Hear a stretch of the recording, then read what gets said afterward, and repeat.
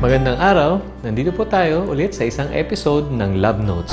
Ako po ulit si Doc Mark at ang pag-uusapan natin ngayon ay tungkol sa kidney function. Ano ba yung kidney function test? Madalas itong nakakasama sa ating blood chemistry. At kadalasan, tayo po ay nagpa-fasting dito.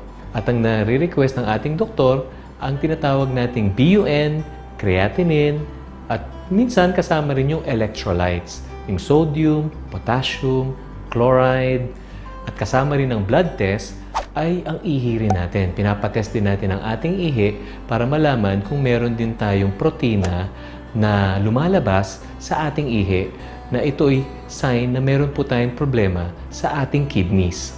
Ngayon, malamang natatanong nyo, bakit natin kailangan i-test ang ating kidney function?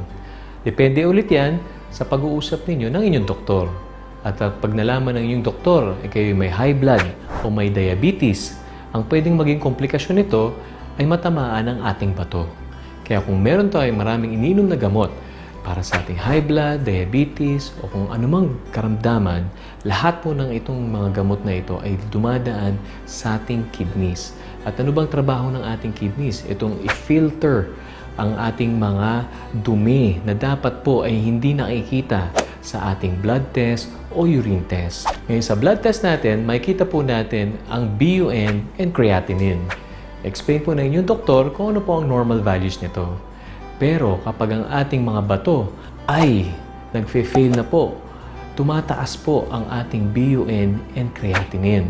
Depende rin po kung ito po yung mayroong komplikasyon sa ating karamdaman tulad ng high blood o diabetes. Sa urine test, meron tayong urine protein creatinine ratio.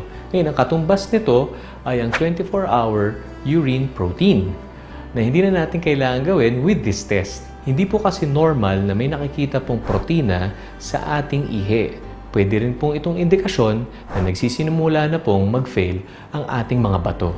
So ngayon, marami kayong natutunan tungkol sa kidney function test.